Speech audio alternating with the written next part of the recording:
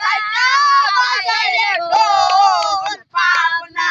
ওই পাগলের গারদখানা দুনিয়াটা পাগলের আস্তানা সবাই পাগল কারে পাগল কই আমি পাগল আমি শান্তি নিজেই পাগল ওই পাবনা ওই পাগলের গারদখানা দুনিয়াটা পাগলের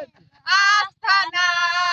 পাবনা যাই কানাতে যাইয়া দেখি পুলিশ পাগল আসামিরা চাইপা ধরে পেন্সির বোতল পাবনা ওই পাগলের